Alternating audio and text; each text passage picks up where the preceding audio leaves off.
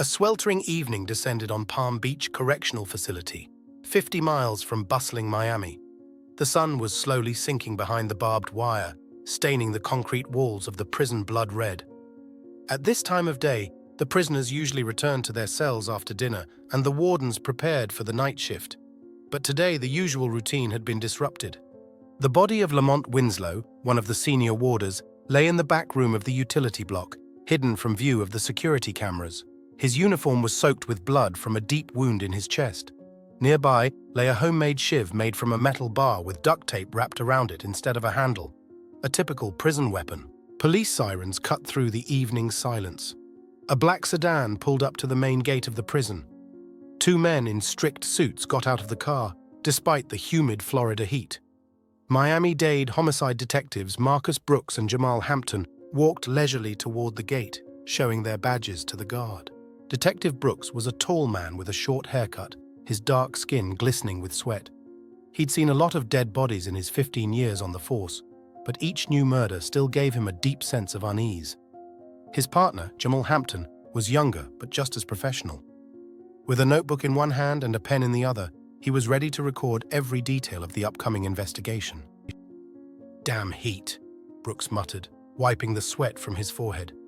"I hate going to crime scenes in this weather."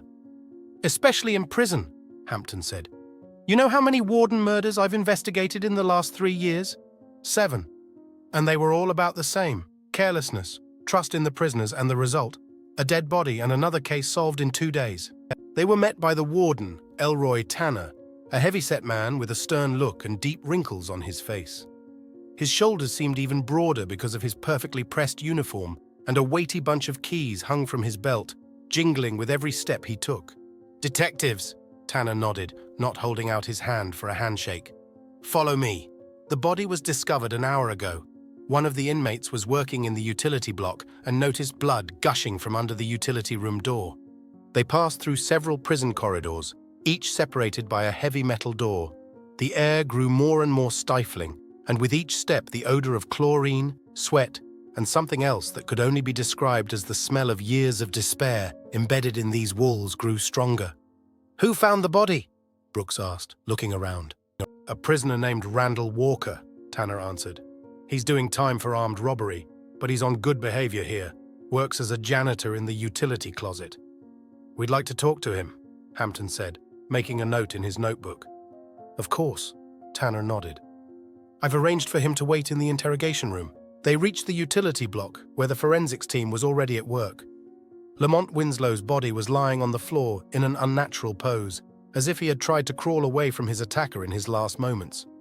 The detectives donned gloves and approached the corpse. "It looks like the blow came from the front," Brooks said, leaning over the body. "Looks like he knew his killer and let him get close enough. Or the killer took him by surprise," Hampton suggested. "I don't think so." Brooks shook his head. "Look, there's no sign of a struggle. He didn't expect an attack from this man." One of the CSIs approached them, holding a plastic bag with a shiv in it. "Detectives, preliminary examination indicates that death occurred about 4 hours ago. A single blow, but a very precise one right through the heart. Whoever did this knew where to hit." "What do we know about the victim?" Brooks asked, turning to the warden. Tanner sighed, crossing his arms over his chest. "Lamont Winslow, 45 years old. Worked here 12 years, the last 4 as senior warden. No special problems, standard reports, good references. He's got a sister in Jacksonville. We already told her what happened." "Was he married? Kids?" Brooks continued. Divorced, no kids," Tanner replied. "Lived alone in the Miami suburbs. Usually went straight home after his shift, didn't stay long." "But he was late today," Hampton said. "Why?" "I don't know," Tanner shrugged. "Maybe he had something to do. Sometimes he worked overtime." Brooks scrutinized the warden's face, trying to see if he was telling the truth. In his years as a detective, he'd learned to see the tiniest signs of lying in people's eyes. But Tanner looked genuinely puzzled. "We want to talk to everyone who saw Winslow today," Brooks said. "We'll start with the staff, then move on to the prisoners." "Sure," Tanner nodded. "I've assigned you an interrogation room and instructed all staff to cooperate fully. We have a well-established procedure here, detectives. We don't tolerate that within our walls. Whoever killed Winslow must be punished." That's what we're going to do, Brooks assured him. The detectives spent the next 2 hours interviewing the prison staff. Most were neutral about Lamont Winslow.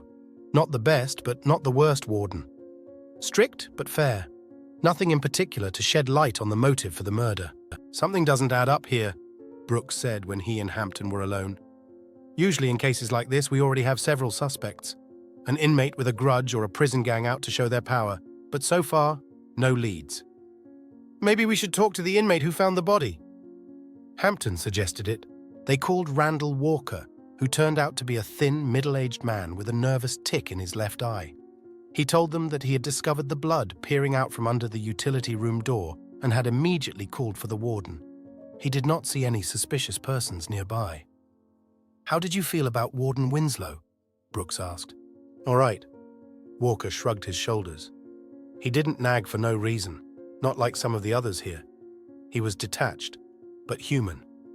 You know, that's rare in a place like this. As Walker was led away, Hampton remarked, Winslow seemed like a nice guy.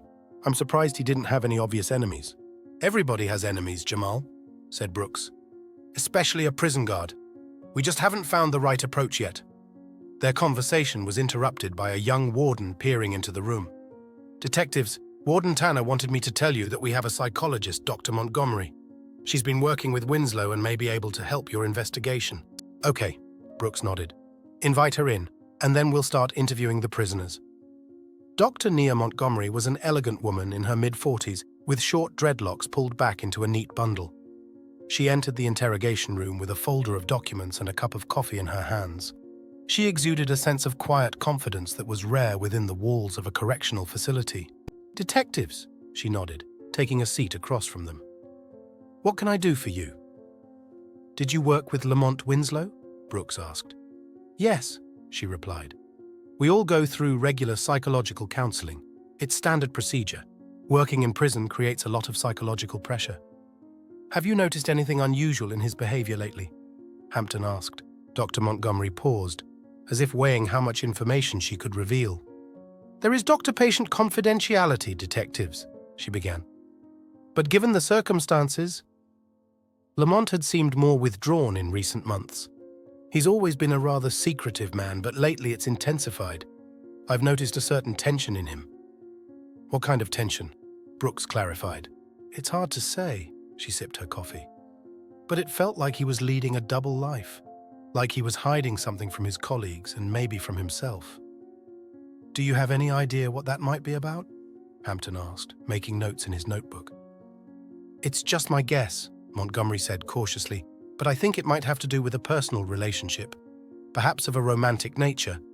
Brooks and Hampton looked at each other. Do you have any idea who he might have had this relationship with? Brooks asked. No, Dr. Montgomery shook her head. But I did notice that he was particularly attentive to situations involving C Block. That's where the long-term prisoners are held. Maybe it's just a coincidence, but you don't think so, Brooks finished for her. I prefer to rely on facts, detective, she replied with a slight smile. But my professional experience tells me it's worth looking there. After speaking with Dr. Montgomery, the detectives decided to begin interviewing the inmates in Cell Block C. They went through the list and selected those who might have had regular contact with Winslow. The first few interviews were inconclusive. The inmates either didn't know anything or didn't want to talk. That changed when Darius Jameson, a muscular man in his 30s with piercing dark eyes, was brought into the room. His nervousness was evident from the first seconds. He could not sit still, constantly rubbing the edge of his prison robe and avoiding direct gaze. Darius Jameson, serving a 15-year sentence for armed robbery, correct? Hampton began, leafing through the paperwork. Yes, sir, Jameson replied quietly. How long did you know Warden Winslow? Brooks asked. Jameson shuddered at the mention of Winslow's name, his hands clenched into fists. About 3 years, he answered, since I was transferred to C Block. How would you describe your relationship with him? Brooks continued. Darius was silent for a long time, looking at his hands. Something in his posture and facial expression caught Brooks' attention. It didn't look like fear or hostility, more like deep sorrow. Darius, Brooks said softly, we're here to find Warden Winslow's killer. If you know anything, it might help. I didn't kill him, Jameson said suddenly, looking up. Tears glistened in his eyes. I swear to God, I didn't kill Lamont. Brooks and Hampton exchanged glances. The use of a name instead of a title didn't go unnoticed. Why do you call him by his first name? Hampton asked. How close was your relationship? Darius took a deep breath, as if gathering his courage. We were close, he said quietly. Very close. What do you mean, very close? Brooks pressed. We loved each other, Darius said in a near whisper, but in the silence of the interrogation room, the words came through clearly. Despite his years of experience, Brooks could not hide his surprise. Hampton stopped writing and looked up from his notebook. Are you saying that you had a romantic relationship with Warden Winslow? Brooks clarified. Yes, Darius nodded. For over a year now. I know how it sounds, but it's true. We loved each other. How did your relationship begin? Hampton asked, returning to his notes. It happened gradually. Darius leaned back in his chair, tears finally streaming down his cheeks. Lamont was kinder than most of the wardens. He talked to me like a person, not a number. Sometimes he brought books I asked for. We started talking, getting to know each other, and then it grew into something more. How did you manage to hide the relationship? Brooks asked. Prison isn't the most private place. Lamont was discreet, Darius answered. We used to meet in the back of the cell block during his night shifts. I work in the library, and he'd come in, supposedly, to get books. And then, in prison you can find ways to be alone if you know the system. Did anyone know about your relationship? Hampton asked. No. Darius shook his head. At least I haven't told anyone. It would be dangerous for both of us, for him to lose his job, for me to get in trouble with the other prisoners. When was the last time you saw Winslow? Brooks continued. Last night, Darius answered. We saw each other in the library. He was strange. He seemed nervous, said we should be more careful. I thought maybe someone was beginning to suspect something. And where were you between 4 and 6 o'clock this evening? Brooks asked. In the library, as usual, answered Darius. There were 2 other prisoners there and Warden Pearson. They can confirm it. Brooks made a note to check his alibi. Darius, can you think of anyone who might have killed Lamont Winslow? Did he have a conflict with any of the inmates or staff? Darius shook his head, wiping away tears. I don't know. He didn't tell me about any problems. We tried not to discuss prison business when we were together. It was our way of forgetting where we were, if only for a little while. As Darius was led away, Brooks and Hampton were left alone, pondering the information they'd received. Do you believe him? Hampton asked. His grief seems genuine, Brooks replied. Besides, it explains what Dr. Montgomery said about Winslow's double life, but I'm not sure we've heard the whole truth. We'll check his alibi, Hampton nodded. But if he's really innocent, we need to dig further. They decided to speak to Dr. Montgomery again to share the new information. She listened to them without showing much surprise. I suspected something like this, she said. But my professional ethics did not allow me to speculate without good reason. Dr. Montgomery, Brooks began, given this new information, could Winslow have had other similar relationships with the prisoners? She thought for a moment. I can't rule out that possibility. People tend to repeat certain patterns of behavior, especially in relationships. If Winslow crossed that line once with Jameson, he could do it again with someone else. But that's pretty risky behavior, Hampton observed, especially for a man in his position. Risk is often part of the appeal of a forbidden relationship, Montgomery replied. Besides, people with certain psychological traits may seek validation of their power or importance through multiple romantic relationships. Can you think of anyone else who might have had a relationship with Winslow? Brooks asked. I can't point to a specific person. Montgomery shook her head. But I would suggest looking at those who might have had regular access to the utility block, and perhaps those who are displaying an unusual emotional state today. Following the psychologist's advice, the detectives requested lists of inmates with access to the utility block, as well as surveillance footage from the last 24 hours. Unfortunately, there were no cameras in the utility room itself, where the body had been found, a security blind spot that the killer had probably taken advantage of. Among the footage, they noticed an inmate who had passed by the utility room several times shortly before the estimated time of the murder. He was Tyrone Prescott, a tall, lean man with long arms and a tense gait. His paperwork showed he was serving a 20-year sentence for second-degree murder and had already spent more than 6 years in prison. Let's go talk to him, Brooks said, studying Prescott's file. When Tyrone was brought in for questioning, the detectives immediately noticed his nervousness. Unlike Darius, whose grief seemed genuine, Prescott looked tense and wary. His eyes raced around the room and his hands were clasped tightly in front of him. "Tyrone Prescott," Brooks began. "Did you know Warden Lamont Winslow?" "Like everyone else here?" Tyrone shrugged. "He was a warden. I was a prisoner. Nothing special." "That's odd," Hampton said, reviewing the footage. "Because the cameras show that you were in the vicinity of the cell block where Winslow was killed today."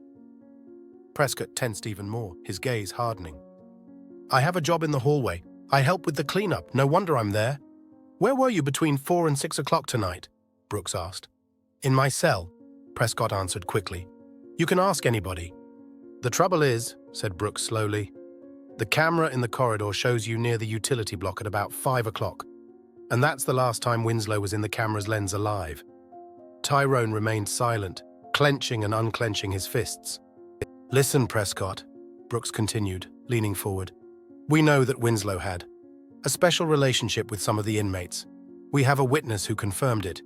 I think you had a certain relationship with him too, don't you?" The silence of the interrogation room pressed down on those present.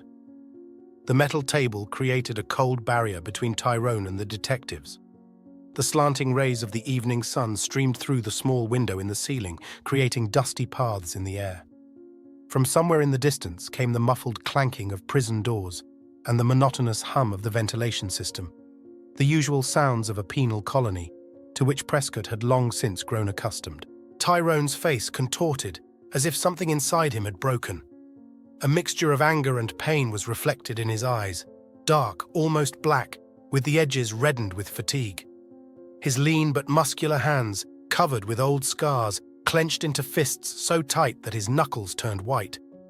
"What did Darius tell you?" he asked suddenly, slamming his fist down on the table so hard that the sheets of paper in Hampton's folder bounced. "What did that son of a bitch tell you? What tales did he tell you about himself and Lamont?" He said the warden's name with a peculiar intonation, a mixture of tenderness and rage that could not be faked. Detective Brooks noted this detail to himself, making a mental note of it. In 15 years of working homicide, he'd learned to distinguish fake emotion from real emotion, and Prescott's reaction was too genuine to be an act. Brooks and Hampton glanced over at each other. They hadn't mentioned Darius's name, but Prescott had somehow guessed who they were talking about. It was the first confirmation of their love triangle theory. "So, you knew about them?" Hampton asked, trying to keep his tone calm, though there was a growing excitement inside him that the investigation was moving in the right direction. He flipped to a page in his notebook, preparing to write down a new statement. Tyrone lowered his gaze, his broad shoulders slumped under the weight of his orange prison robe. He looked older than his 30s. Prison had aged him before his time. The scar across his right eyebrow seemed to have become more prominent in his pale face. "Of course I knew," he said after a long pause, looking down at his hands with the dirt embedded in the skin. "Lamont, he couldn't hide his feelings, at least not from me. I'd seen the way he looked at Darius in the dining room, the way he lingers in the library where he works. Little gestures, you know. A hand on his shoulder a little longer than necessary, talking in whispers in the corner when they think no one can see." Tyrone's voice grew quieter, the bitterness of a man betrayed in the most brutal way. Brooks watched his every movement, every change of expression, looking for signs of lying or pretense, but he saw only genuine pain. "Because you had a relationship with him too," Brooks said affirmatively. It wasn't a question, and Tyrone realized it. There was a long pause. The interrogation room was unbearably quiet, with only the hum of the daylight bulb and the distant cries of the prisoners in the cell block breaking the silence. Somewhere in the corridor, a service dog barked, its ringing voice echoing off the concrete walls. Tyrone looked up slowly, his eyes no longer challenging, just tired and something akin to the restrained despair familiar to anyone who had spent enough time behind bars. "Yes," he said at last, and the short words seemed to burst from the depths of his soul. "We had a relationship. For almost 8 months." He swallowed, and the apple of his skinny neck twitched. His fingers began to unconsciously rub the edge of his robe, as if seeking support in that mechanical movement. "And you knew about Darius?" Hampton asked, continuing to make notes in his notebook. The pen squeaked across the paper, making brief but precise notes. "Not right away." Tyrone grinned bitterly, a shadow running across his face, making his features even sharper. Lamont was careful. He was good at separating us by time and place. But in a place like this, it's impossible to keep secrets for long. The walls here have eyes and ears. He leaned back in his chair, and the metal handcuffs clinked against the table. I began to notice the glances between them, the way he lingered in the library. Little things, you know. The way Darius talked about him, with that special glint in his eyes. And then one day I followed them. Tyrone paused, his jaw tense, jowls playing under his skin. "Saw how they—" he stammered, swallowed the lump in his throat. "Anyway, I figured it out. They were in the utility closet, in the very back room where he was later."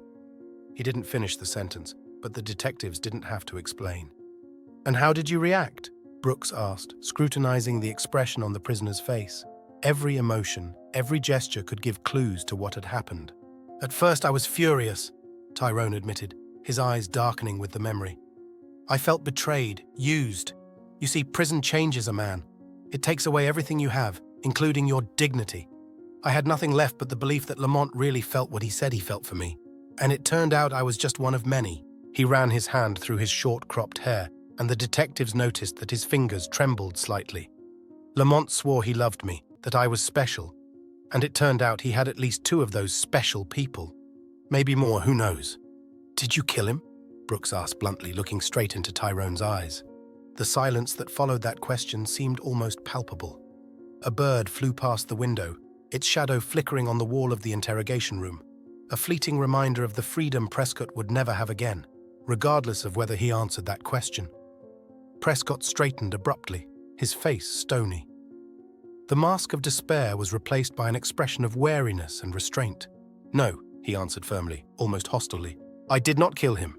"But you had a motive," Hampton remarked, tapping his pen on his notebook. "Jealousy, betrayal, strong emotions that often lead to violence." "Half this prison has motives to kill the warden," Tyrone snapped, crossing his arms over his chest in a defensive gesture. "That doesn't mean any of us did it. Maybe he had a problem with someone on the outside. Maybe a gambling debt or something. I don't know, and I don't care." The last words sounded false, even to his own ears. Brooks noticed the corner of Tyrone's mouth quiver at the mention of Winslow's death, a fleeting display of emotion he couldn't control. "Where were you between 4 and 6 o'clock this evening?" Brooks asked, leaning back in his chair and giving the impression that he wasn't very interested in the answer. "Laundry," Tyrone answered quickly, too quickly to sound natural. "Working overtime. Ask Warden Johnson. He was on duty there." "We'll check," Brooks nodded. "But here's the strange thing. The cameras show you near the utility block at about 5 o'clock. And that's the last time Winslow was seen alive." Tyrone flinched slightly, but quickly pulled himself together. A shadow flickered across his face, as if his inner struggle was reflected in his outward appearance. "I was passing by," he answered, trying to keep his voice indifferent. "Yes, I saw Lamont from a distance. He was walking toward the outhouse, but I didn't go near him. I was, too angry to talk." Brooks watched Tyrone carefully, trying to determine if he was lying.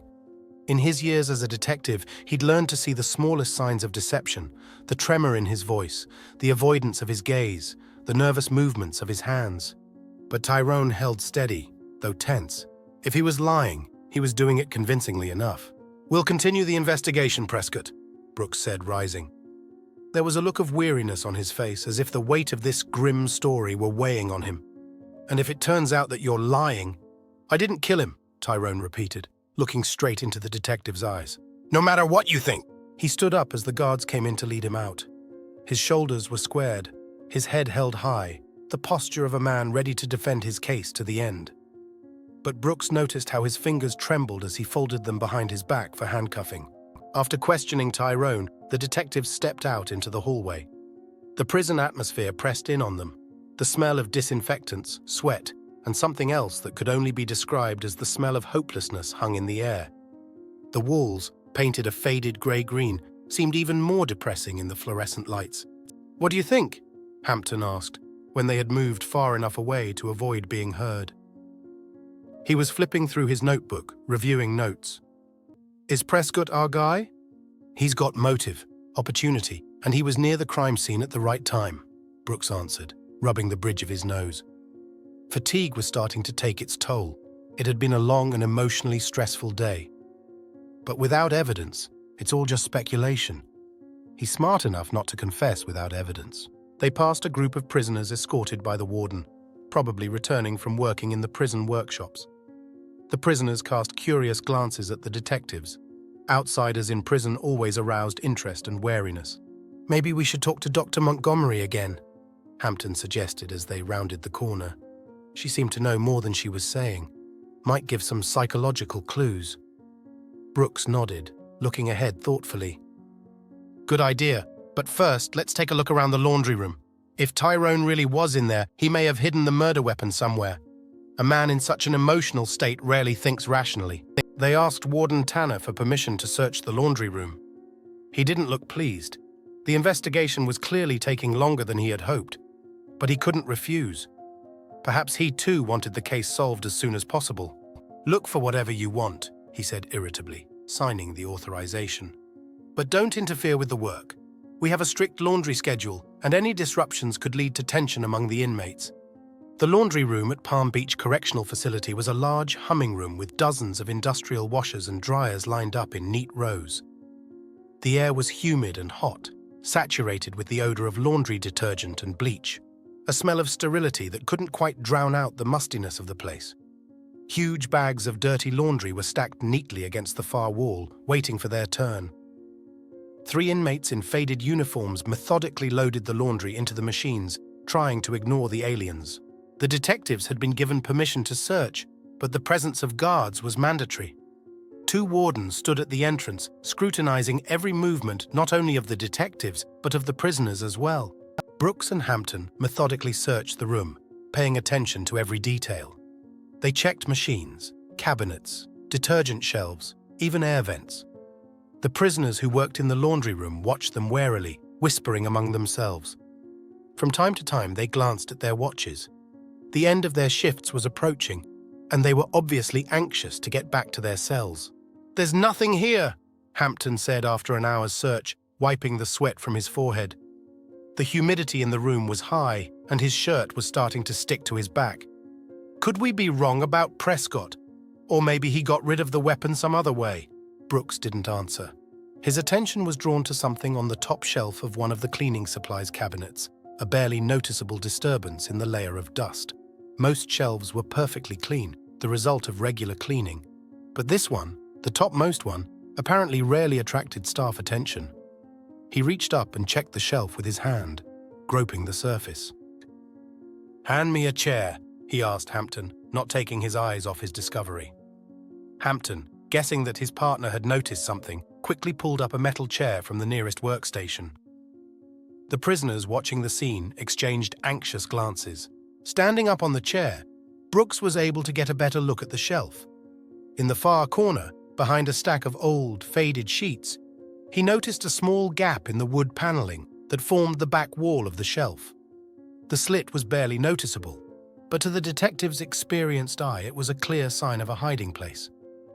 Carefully pulling back the sheets, he found that the panel could be pushed aside. "Bingo," Brooks said quietly, pulling a small plastic bag from the hiding place. Inside lay a shiv, a primitive but effective weapon made from a piece of metal with duct tape wrapped around one end to form a handle. The blade had been thoroughly cleaned, but the hilt, sheathed in black duct tape, could still bear imprints. The weapon matched Winslow's wound in type and size. Brooks carefully climbed down from the chair, holding the bag so as not to disturb any possible marks. "Call forensics," he said to Hampton, showing the find. "We need to check this for prints and traces of blood, and have them bring Prescott in for a second interrogation." One of the prisoners watching the search suddenly turned pale and turned away, pretending to be fully absorbed in his work. Brooks noticed this reaction and approached him. "Do you know anything about this?" he asked, holding the shiv bag at a safe distance. The prisoner, a lean black man with a nervous tic in his left eye, shook his head uncertainly. "No, sir, I don't know anything. I just work here and try to stay out of other people's business." "What's your name?" Brooks asked. "Marcus Wheatley, sir," the prisoner answered, still avoiding a direct look. "All right, Marcus," Brooks said calmly. "If you remember anything important, let us know. Sometimes helping the investigation can have a positive effect on your sentence." Marcus nodded uncertainly, but it was clear from his face that he would prefer to stay out of this case. Forensics arrived within the hour and took the find for analysis. Preliminary examination showed that there were indeed partial fingerprints on the handle, albeit smudged ones. A laboratory examination was required to determine if they belonged to Tyrone Prescott. Samples were also taken to test for traces of blood that may have been left at the junction of blade and hilt, despite attempts to clean the weapon. "We'll have to wait for the results," Hampton said, as they left the laundry room. It was considerably cooler in the corridor, and after the humid heat of the laundry room, it felt especially pleasant. "It may take a day or two." "We don't have 2 days." Brooks shook his head, looking at his watch. It was almost 7 o'clock in the evening, and they had spent almost the whole day in jail. "Let's try to put pressure on Prescott. Say we have prints, see how he reacts. Sometimes bluffing is the fastest way to the truth." "Bluff?" Hampton raised an eyebrow, looking skeptically at his partner. "It's risky.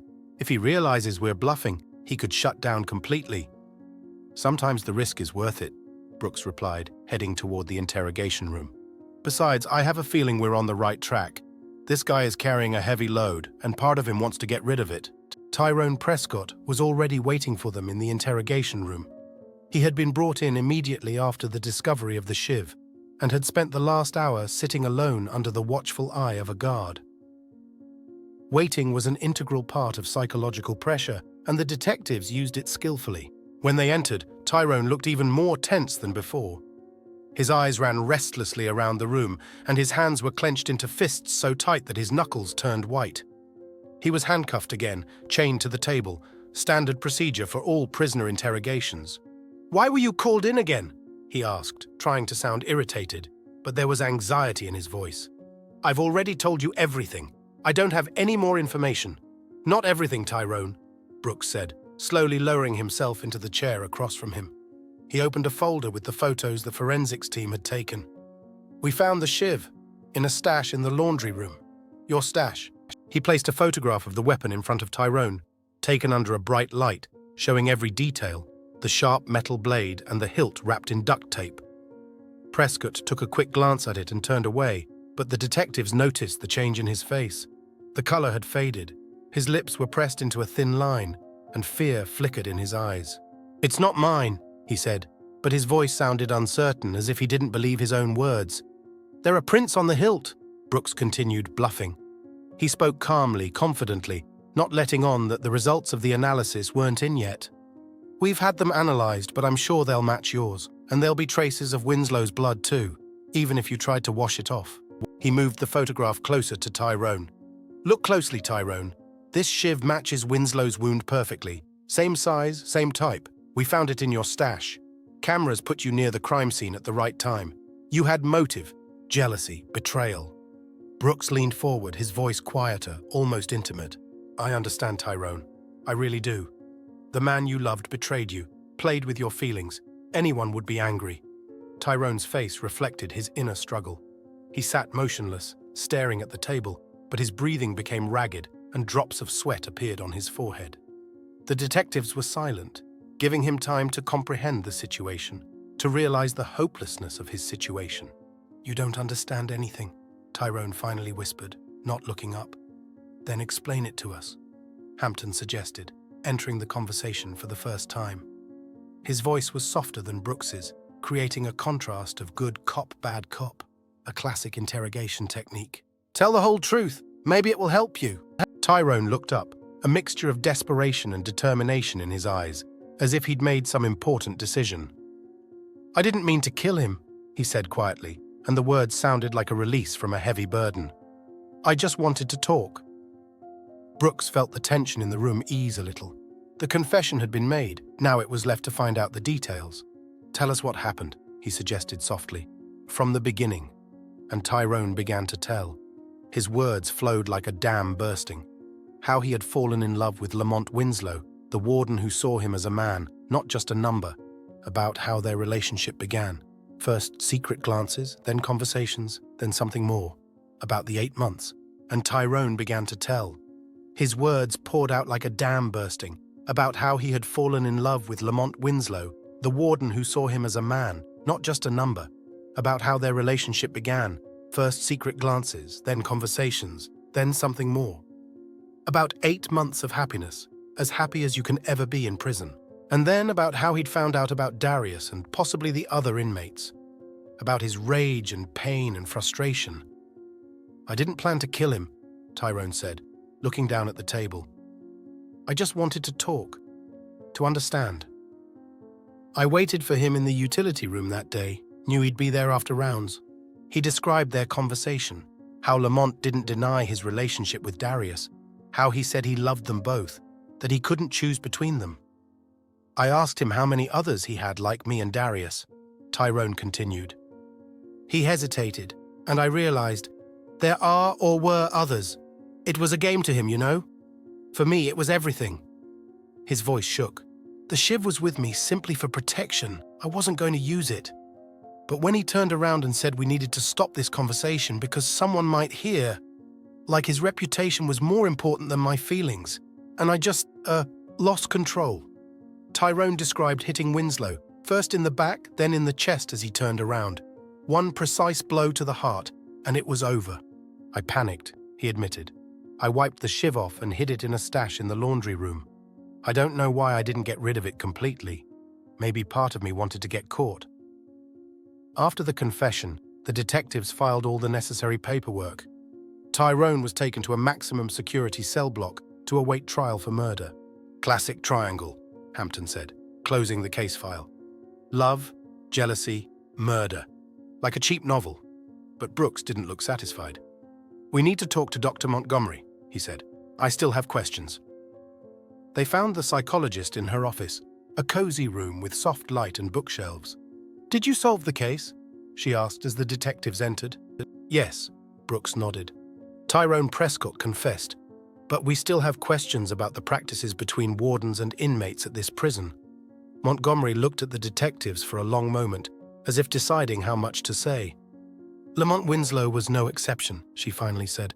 "This kind of relationship, they happen more often than anyone is willing to admit." "And the management knows about it?" Hampton asked. "Unofficially, yes," she replied. "As long as it keeps the prisoners under control, a lot of things get overlooked." "Including Warden Tanner," Brooks clarified. "Especially Warden Tanner," Montgomery nodded. "For him, it's all about no incidents and good reports." She told how she had tried to warn both Tanner and Winslow about the risks of such a relationship, but she had not been listened to. "Are you prepared to testify on the record about this?" Brooks asked. "No," she answered honestly. "I have 2 children and a mortgage. But I can tell you where to look for evidence, logs, cell records, strange movements of inmates between units." Leaving the prison, the detectives met Warden Tanner. "I hear you solved the case," he said with a strained smile. "Good work?" "We're not done yet," Brooks replied. "We had some questions about management practices at your facility." Tanner's smile froze. "I don't know what you mean," the killer confessed. "Case closed." "Murder solved," Brooks agreed. "But the circumstances leading up to it, I think the D.A. quote, "is going to be interested in some aspects of your prison's management." "Is that a threat?" Tanner stopped pretending to be friendly. "It's a promise," Brooks replied calmly.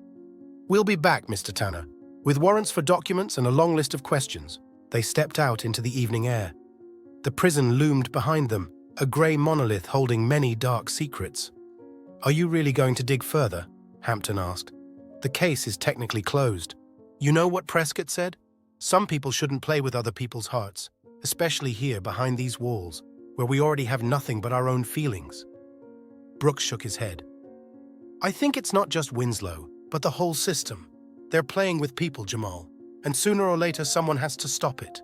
As their car pulled away from the prison gates, Darius Jameson stood in one of the windows of C Block, watching the lights go out. He didn't know about Tyrone's confession yet, but something told him the story wasn't over, and in his office, Chief Tanner was frantically going through documents, deciding which ones to destroy first. The shadows in the corners of his office seemed to thicken, reminding him that even the most robust system had weaknesses.